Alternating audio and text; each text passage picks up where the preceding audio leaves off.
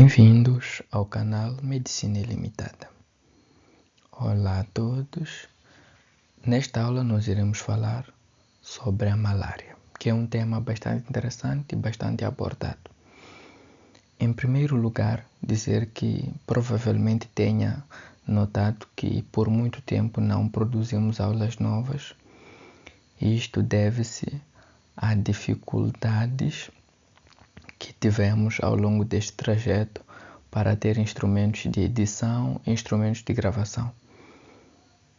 Por conta do carinho que temos pela gravação destas aulas, achamos opcional o uso de outros meios para continuar a fornecer conteúdos interessantes e bastante práticos. Antes de mais nada, pedir para que se subscreva, coloque seu like e partilhe a aula para que consigamos continuar motivados a fazer mais gravações, mais aulas. Então pedimos que coloque o like, compartilhe e subscreva e não esqueça de ativar o sino das notificações para receber as notificações sempre que gravarmos novas aulas.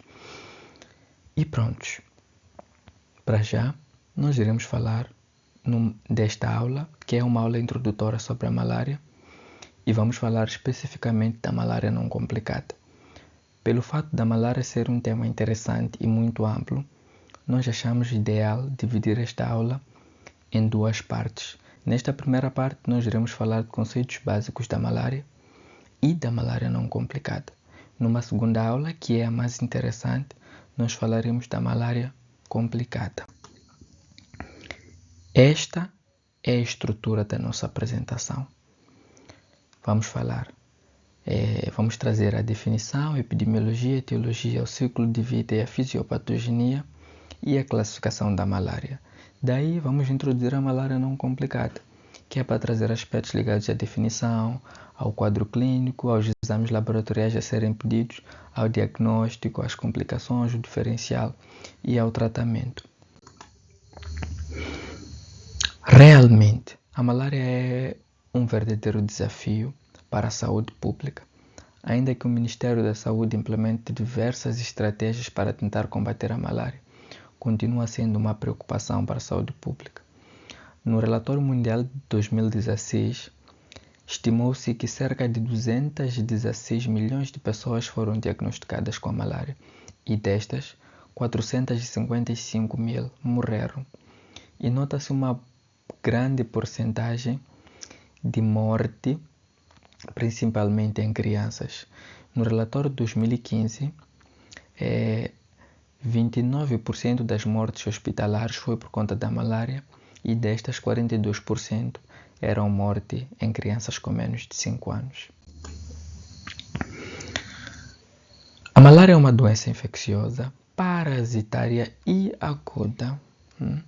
É uma doença parasitária e aguda que é causada por um protozoário do gênero Plasmodium, transmitida pela picada do mosquito, pelo mosquito fêmea, neste caso, que é o Anopheles. Curioso, porque é que apenas a fêmea é que transmite a malária, colocando este pronunciamento entre aspas, Este Anopheles. A malária, em algumas literaturas, é referenciada como paludismo, Mas nas literaturas mais recentes se aborda a malária com o nome de malária mesmo.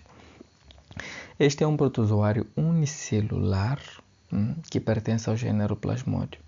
Existem cerca de 120 espécies do Plasmodium, mas destes todos apenas 5 e não 4 é que podem causar doença em humanos. Estas 5 espécies eu me refiro ao Plasmodium falciparum, malariae, vivax, ovale e knowles. O falciparum fizemos questão de pintar a vermelho porque é a forma da malária, é a espécie do Plasmodium que mais causa infecções com tendência à gravidade. O Plasmodium falciparum é que dá formas mais graves da malária. Então, e para já, nós iremos falar do ciclo de vida da malária. Antes de mais nada, dizer que é importante entender o ciclo de vida da malária para compreender tudo quanto acontece na malária, o quadro clínico, a fisiopatogenia, entre outros aspectos importantes da malária. E antes que nós comecemos a falar do ciclo de vida, se já está a gostar da aula, pedíamos que colocasse um like, se subscrevesse e partilhasse a aula. Ciclo de vida da malária. O ciclo de vida da malária acontece no homem e no mosquito. No homem acontece a reprodução sexuada e no mosquito acontece a reprodução assexuada. Lembrando, reprodução sexuada é aquela que tem envolvimento de gametas, um masculino e um feminino. A reprodução assexuada é aquela que não tem envolvimento de gametas. No homem acontece a reprodução sexuada. Temos 2 ciclos, que é o ciclo pré-eritrocitário e o ciclo eritrocitário. O ciclo pré-eritrocitário também é chamado de ciclo hepático e o ciclo eritrocitário também é chamado de ciclo hemático. O ciclo pré-eritrocitário acontece todo ele na célula hepática, que é nos hepatócitos, e o ciclo eritrocitário acontece no interior da hemácia. Prontos. Vamos começar no meio da história, mas depois fica bastante interessante. Os nomes usados no ciclo de vida da malária, em parte, tendem a parecer entediantes. Contudo, percebendo o ciclo de vida da malária, notará-se alguma simplicidade nos outros aspectos ligados à malária. Quando um mosquito, Anopheles, anofelino em português, que é um mosquito fêmea, pica, direi assim, um ser humano, tem nas suas glândulas salivares algo chamado de esporozoítas. Ao picar um ser humano,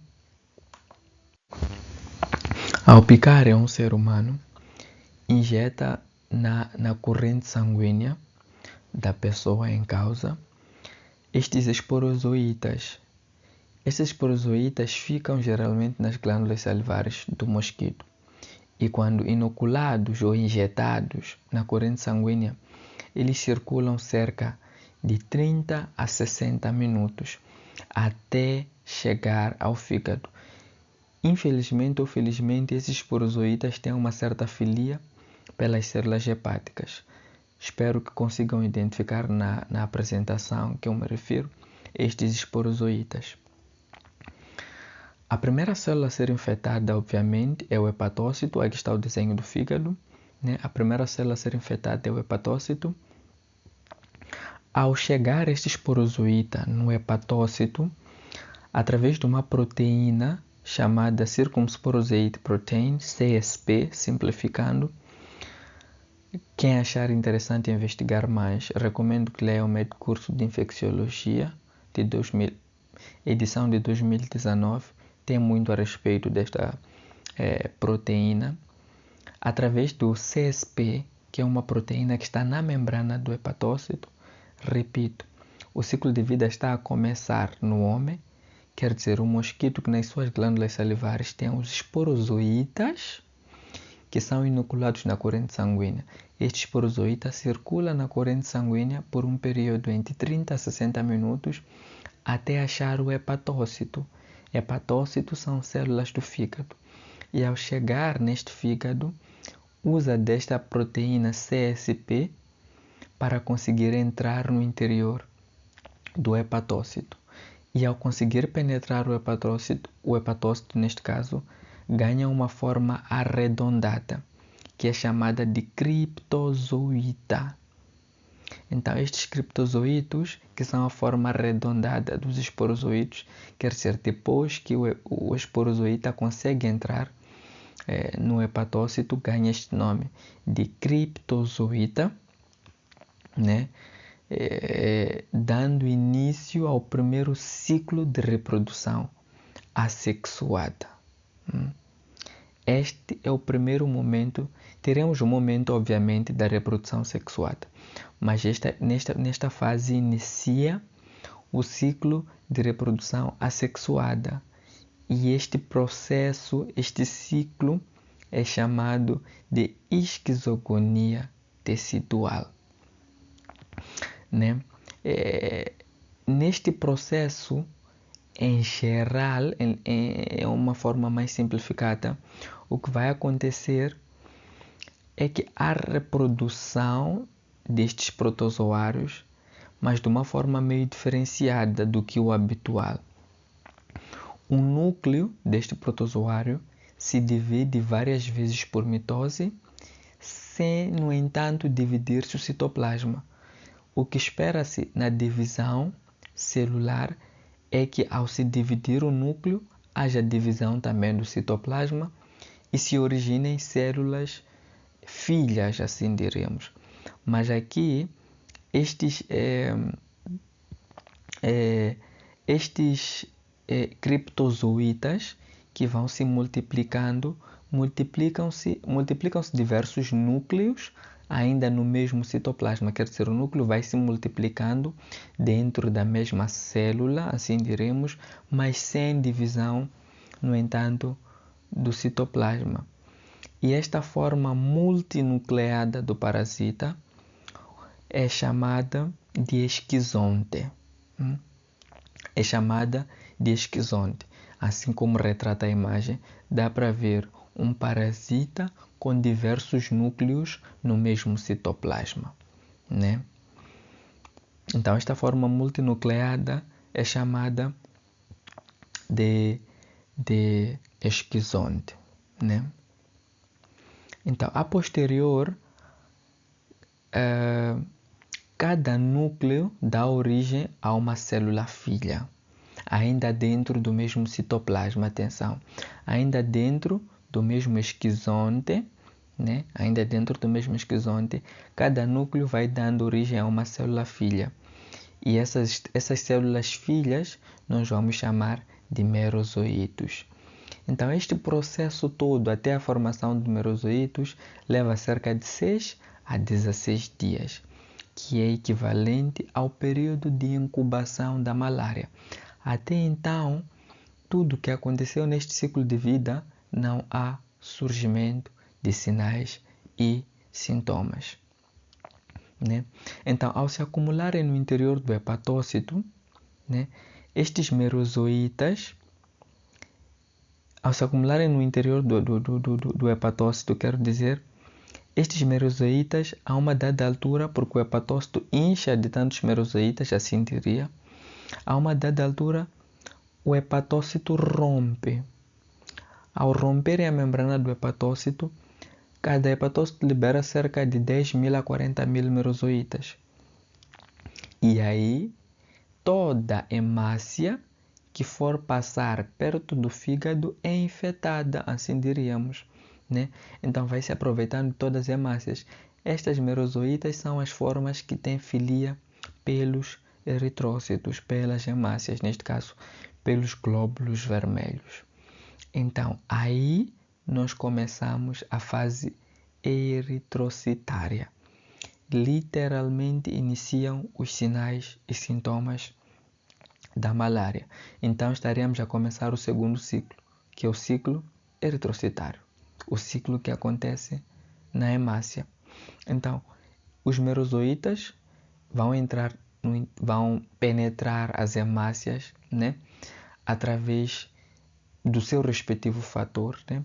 Muitas das espécies do plasmódio usam o fator DAF, né, que é um receptor. E é interessante ler sobre o fator DAF. Depois, mais em frente, vamos perceber porque que algumas pessoas podem ter uma parcial imunidade ou serem parcialmente imunes à malária, né? Então, nesta fase eritrocitária, quando estes merozoítas são expelidos ou rompem a célula a célula hepática, neste caso o hepatócito, começa a afetar todas as hemácias que passam, neste caso, por este canal hepático, e a posterior muitas hemácias começam a ser infectadas. E não acontece um processo diferente. Esses merozoítas conseguem através dos respectivos fatores, entrar no interior, penetrar a célula, continuar a produzir mais núcleos no mesmo citoplasma. Assim eles formam o esquizonte, né? Este esquizonte que é o esquizonte eritrocitário. Lembre-se que no ciclo pré-eritrocitário nós tínhamos o esquizonte. Este esquizonte que era hepático. Depois houve liberação de merozoítas, né? Havendo esta liberação dos merozoítas, houve a seguir penetração das células eritrocitárias, né? Houve penetração dessas células eritrocitárias e ao penetrarem a célula eritrocitária acontece uma forma também de reprodução, quer dizer, o processo de reprodução contínua, igualzinho como acontecia na célula hepática. Então, entram ou penetram a célula hemática, né? Então, acontece novamente esta multiplicação do merozoíta já no interior da célula hemática, neste caso. E, a posterior, este segue um novo trajeto, mas este trajeto continua num ciclo repetitivo. Então, chegando lá, ficam com um formato anelar chamado trofozoíta anelar, depois em forma de trofozoíta ameboide, fazem o esquizonte eritrocitário, formam novamente os merozoítas, a uma determinada altura rompem o eritrócito. Ao romper o eritrócito, estes merozoítas que vão ser liberados infectam outras células e destroem a célula a qual estão a romper. E assim termina o ciclo de vida da malária no homem. Esta foi a reprodução, foi uma parte do ciclo de vida no homem, né? Contudo, alguns merozoítas, quando são liberados, eles vão se diferenciar, produzindo gâmetas. Percebam que o ciclo forma-se assim, contudo, alguns merozoítas liberados no fígado, eles diferenciam-se em gâmetas, né? Estes gâmetas que podem ser masculino e gâmeta feminino. O gâmeta masculino é chamado de microgametócito e o feminino de macrogametócito. Então, estes vão formar micro e macrogâmeta, fazem o zigoto, fazem o ocineto. Então, no estômago do mosquito, vem a forma chamada ocisto, acontecem diversas reações e este ocisto é liberado para as glândulas salivares do mosquito e voltamos a ter nas glândulas salivares dos mosquitos porozoíta e o ciclo assim por diante se repete. Ciclo de vida. No ciclo de vida existem alguns aspectos também que devemos considerar, que é a diferença entre algumas espécies do plasmódio. Primeiro, a existência de formas latentes do plasmódio. Dizer que algumas formas, como o plasmódio vivax e ovale, no seu ciclo de vida diferenciam-se e formam formas latentes chamadas hipnozoítas, né? Estas formas latentes conseguem ficar dormentes por um período prolongado e são principais causas de recidivas da doença, né? Neste caso da malária, né?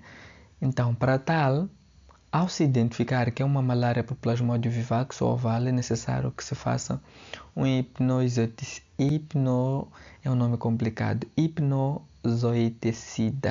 No caso é a primaquina, tem que fazer por 7 a 14 dias após o término do tratamento, o que muitas das vezes é negligenciado e, obviamente, no futuro teremos recidivas da malária.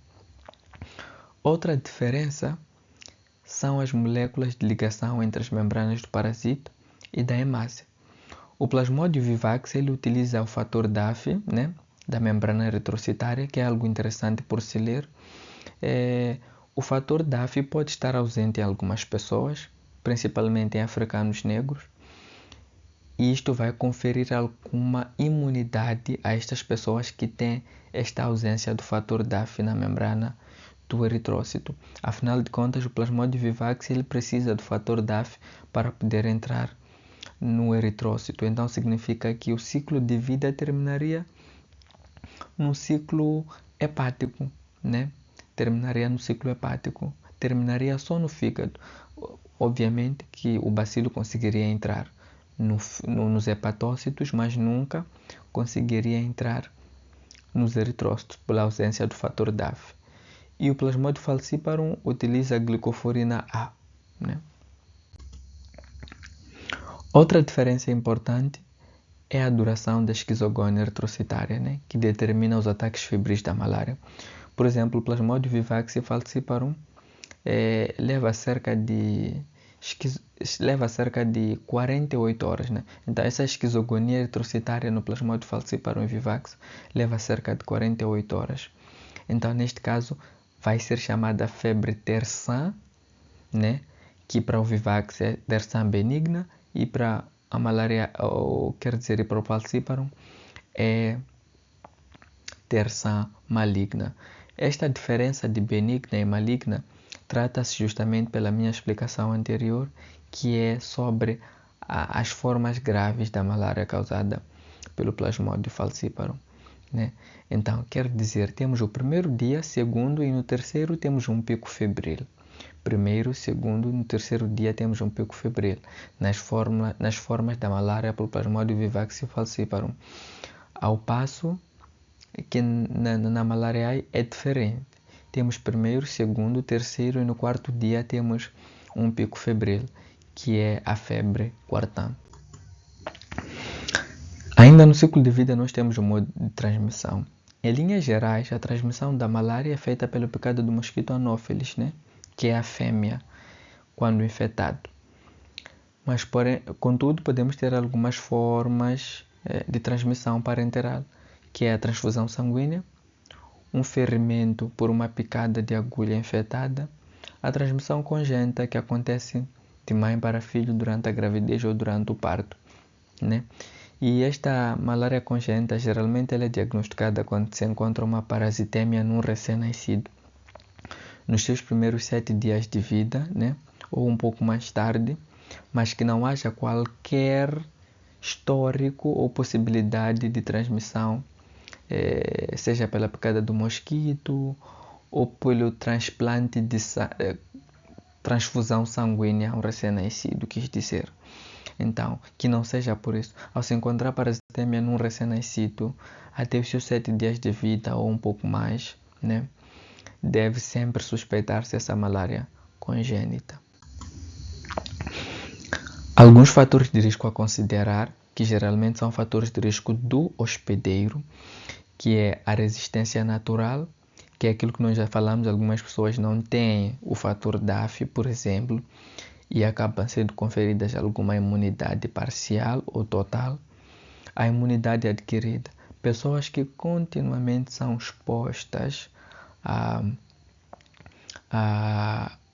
malária podem adquirir alguma memória imunológica, contudo esta memória imunológica pode até certo ponto não ser tão benéfica, mas em linhas gerais adquirem alguma memória imunológica e podem conseguir prevenir as próximas formas da malária. A idade. Crianças menores de 5 anos são susceptíveis pela imaturidade do sistema imunológico a terem a malária. Mulheres grávidas, pela queda do sistema imunológico, também justifica. Algumas crenças e práticas, em algumas crenças que proíbam o uso de redes mosqueteiras, particularmente em Moçambique. Então, isto pode ser um fator que pode propiciar ao surgimento da malária. E a migração. Quando se sai de um país hipoendêmico para um país hiperendêmico, facilmente nós podemos contrair a malária. Classificação da malária, né? Nós dividimos a classificação em duas formas. Temos a classificação da malária segundo o nível de transmissão e classificação segundo a condição clínica. Segundo o nível de transmissão, nós temos zonas de transmissão estável, zonas de transmissão instável e zonas livres da malária. As zonas de transmissão estável são aquelas em que a malária está minimamente controlada e consegue-se prever um período específico. O pico de transmissão da malária geralmente é sazonal. Ao passo que na malária instável, o que nós temos são locais até com tendência a epidemias, né? E temos zonas também livres da malária, que são aquelas em que não há nenhuma notificação de casos de malária, né?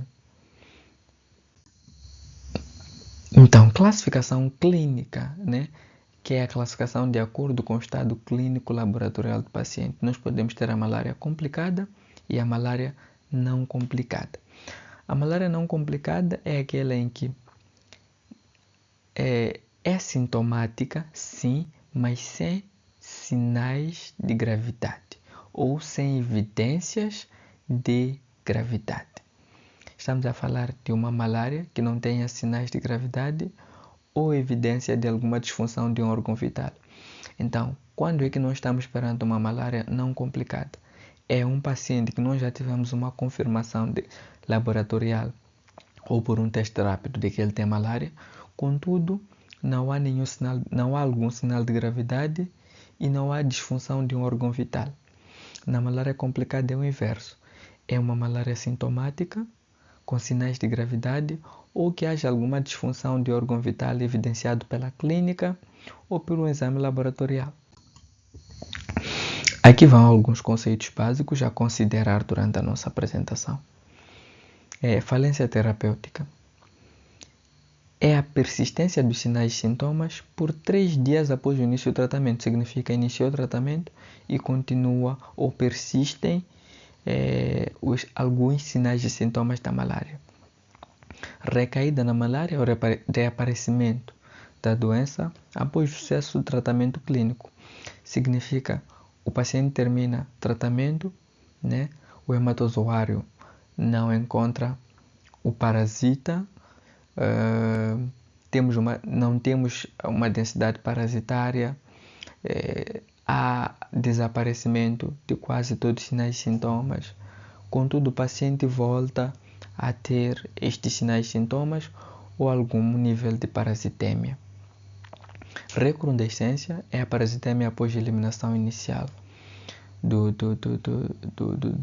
parasita, né? Ou pode ser uma redução desta parasitemia e depois sucede que a parasitemia sobe, né? Ou aumenta, temos uma certa hiperparasitemia enquanto estivemos num período de hipoparasitemia. Isto é bastante comum nas formas da malária pelo Plasmodium falciparum, né? E reinfecção é aparecimento de um novo parasita, é uma infecção nova, né? Então, o tempo que nós usamos para considerar se é uma nova infecção ou se é uma recaída é o período de 28 dias.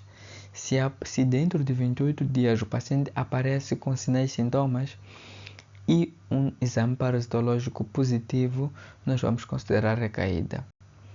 Se ele aparecer depois de 28 dias, nós vamos considerar uma reinfecção, neste caso uma nova infecção. Fisiopatogenia, né? Para esta aula nós falaremos de uma forma mais superficial e poderemos abordar de forma um pouco mais profunda na aula na segunda parte desta aula.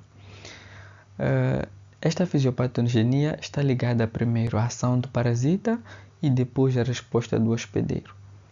Primeiro, como podemos ver na imagem, a hemácia tem um aspecto bicôncavo. Esta é a forma normal da hemácia. Contudo, quando o parasita infesta a hemácia, começamos a ter, neste caso, o aparecimento de certas protuberâncias. Significa a hemácia muda o seu aspecto bicôncavo, né? Muda o seu aspecto bicôncavo e por conta de algum peso, isto tem algum peso, tem algum envolvimento desta circumsporozoite protein, o CSP, que eu já tinha falado anteriormente, começa a haver a seguir a citoaderência, né? Esta citoaderência é basicamente por conta da existência desta proteína, que é a circunsporozoide, que vai fazendo com que a hemácia tenha alguma capacidade de se aderir aos vasos sanguíneos. E por conseguinte, nós teremos o bloqueio capilar e das vênulas. Significa que estas hemácias vão começar a se aderir, uma se aderindo à outra, e os vasos sanguíneos, os capilares neste caso, começam a ficar de certa forma obstruídos e dando isquemia e hipóxia aos tecidos, né? E a posterior acontece essa obstrução microcirculatória que pode afetar vários órgãos. Isso vai explicar diversas condições lá, quando estivermos a falar de malária complicada, né? Vai explicar porque é que surge o edema cerebral, porque é que surge o edema pulmonar, por aí em diante, né? E outros fatores ligados à resposta do hospedeiro. O primeiro é o hiperesplenismo, né? Então, isto vai surgir devido a esse surgimento de protuberâncias na hemácia. O baço terá que destruir todas as hemácias protuberantes, porque não estão no seu formato normal. E esta hiperatividade do baço fará com que acabe por destruir células íntegras que estão no seu formato bicôncavo.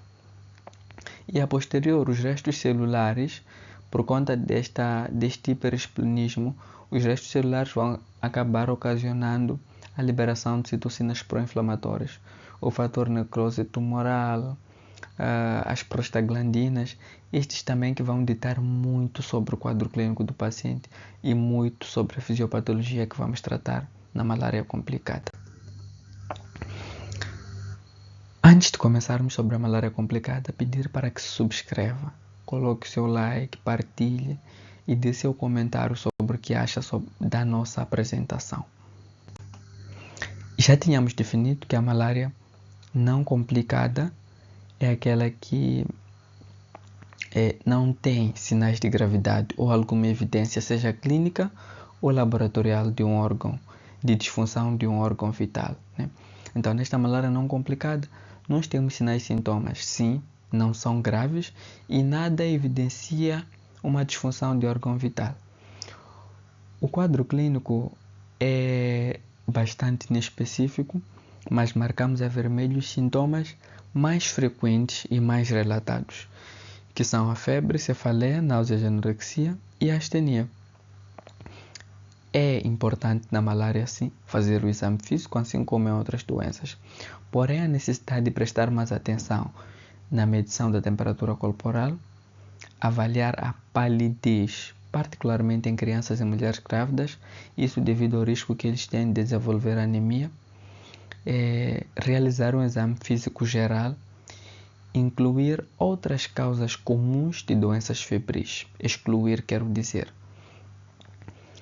Então, às vezes podemos encontrar alguns achados de esplenomegalia, sem, no entanto, isto implicar alguma gravidade. Complicações da anemia não complicada, da malária não complicada, digo. A primeira é a anemia, frequentemente em crianças e mulheres grávidas, e a segunda é a malária complicada, que é o nosso ansioso próximo tema. Exames auxiliares. É necessário fazer um teste rápido de malária, né? Que consideramos que o paciente tenha malária quando é positivo, né? Importante referir aqui que o teste rápido, utilizado principalmente em Moçambique, só consegue detectar anticorpos produzidos a quando da infecção pelo Plasmodium falciparum. Então, uma das desvantagens deste teste rápido é que não identifica infecções por outras formas do Plasmodium. O hematozoário é que é de grande valia porque consegue quantificar o parasita e identificar a forma ou o tipo de parasita a qual nos referimos. E é importante sempre fazer o hemograma. Dizer que o teste rápido pode permanecer positivo até 15 a 30 dias após a doença. Justamente por isso, quando os pacientes voltam à consulta depois de um quadro de malária, não se recomenda fazer o teste rápido, porque ele permanece positivo por mais 15 a 30 dias. Recomenda que se faça o hematozoário e a densidade parasitária. Diagnóstico diferencial. É importante fazer o diagnóstico diferencial com todas as patologias de síndrome febril, com a gripe, sarampo, pneumonia. Bom, conforme descrito na apresentação, só irei fazer diferencial de algumas doenças para mais fácil percepção. Na gripe, pode variar, né? O hemograma pode apresentar alguma linfocitose, geralmente não tem anemia, e as transaminases costumam estar estáveis. Sarampo cursa com coriza, espiros, há algum comprometimento ocular, neste caso a conjuntivite, temos erupções macopopulares, tem as lesões de Koplik na mucosa oral, neste caso. A pneumonia geralmente tem tosse, pode ser seca ou produtiva, embora a tosse seja um sinal existente na malária, principalmente em crianças, por vezes, mas aqui pode apresentar dor torácica. O hemograma geralmente revela alguma leucocitose e o raio-x vai nos dar lesões típicas do parênquima pulmonar. A meningite vai ser marcada pela tríade meníngea e o LCR geralmente vai confirmar alguma bacteriologia. A otite média apresenta secreções purulentas no canal auditivo, o que não temos na malária. Na amigdalite tem a dor, a deglutição e a dificuldade também pode haver, quer dizer disfagia e odinofagia. Na infecção urinária temos sintomas urinários, quer seja dor de baixo ventre, disúria, plaquiúria, entre outros. Na gastroenterite ou intoxicação alimentar, há sinais gastrointestinais predominantes. Diarreia, náuseas, vômitos. Estes podem estar presentes na malária, sim, de acordo. Mas aqui teremos alguma história ou antecedentes que nos sejam mais credíveis, e o exame de fezes a fresco é útil e orienta bastante o diagnóstico. Tratamento da malária não complicada. O princípio básico do tratamento é suspeitar, testar e tratar. Quem recebe os antimaláricos? O tratamento da malária complicada é primeiro dizer que é feito em regime ambulatório e o tratamento é oral. Recebem todos os pacientes que tenham malária confirmada laboratoriamente, seja por hematozoário ou teste rápido. Todos os doentes que tenham uma outra infecção também são elegíveis ao tratamento da malária. Excepcionalmente, nos casos em que não é possível fazer uma confirmação por falta de meios auxiliares de diagnóstico, que é a famosa malária clínica, é uma forma da malária ou é um critério de início do tratamento da malária não considerado, porque atualmente já há condições diagnósticas mínimas, pelo menos de testes rápidos, em diversos locais que sejam endêmicos para a malária, né? Então, o tratamento de eleição de primeira linha é oral e ambulatório e é feito com artiméter e lumefantrina, também conhecido com o nome comercial de Quartem. Quando é que podemos usar medicamentos alternativos? No caso de indisponibilidade do medicamento de eleição, no caso de contraindicação ao medicamento de eleição ou alergia conhecida. Então, como eu dizia, o medicamento de eleição é o AL, o artiméter mais lumefantrina, né, que está em dose combinada, geralmente de 140 mg. A administração é oral, faz-se 1,7 mg por quilo de artiméter e 12 mg por quilo de lumefantrina, numa dosagem sim, para fazer de 12 em 12 horas. A dosagem é para ser feita de 12 em 12 horas e uma posologia de 3 dias.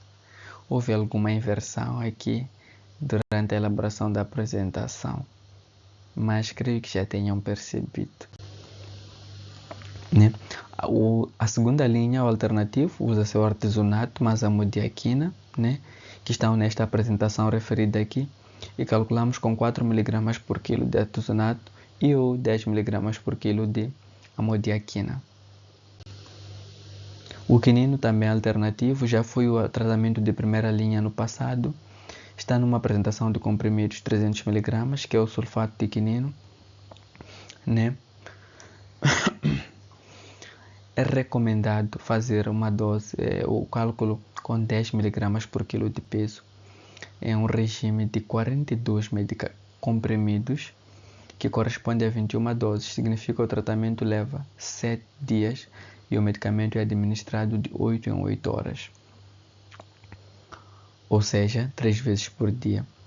Este quinino tem um efeito hipoglicemiante, então é necessário encorajar os pacientes sempre a consumir muitos líquidos, principalmente em crianças. Devem consumir muitos líquidos, preferencialmente que sejam ricos em glicose. Então, o tratamento de suporte consiste em usar medicamentos para tratar os sintomas que lá estiverem. Se for febre, poderemos usar o paracetamol, que é para baixar a temperatura, né? Em caso de anemia ligeira, em mulheres grávidas e em crianças, podemos dar o sal ferroso e o ácido fólico, né? Por um período de até 10 a 15 dias e um comprimido por dia, né? Caso o paciente retorne, temos estas causas aqui, bem mencionadas, que são as causas mais frequentes de falência terapêutica. Como proceder se o doente retornar à nossa unidade sanitária, né? Então, primeiro devemos verificar se o doente se enquadra num destes fatores.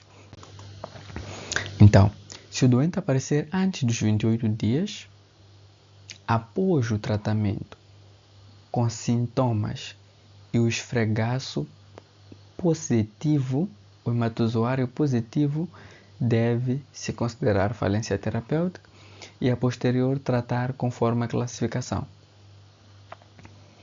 Se o doente aparecer 28 dias após o diagnóstico da malária, né, devemos considerar uma nova infecção e tratar de acordo com a classificação da doença, conforme ele se apresentar. E muito obrigado, Kanimambo, thank you.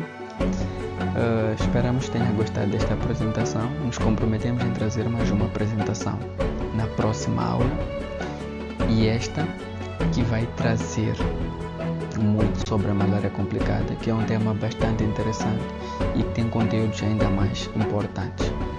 Antes, pedir que se subscreva, partilhe a apresentação para que mais pessoas possam visualizar e continuamos a nos sentir motivados, felizes em gravar mais apresentações, mais aulas, e sugira temas nos comentários.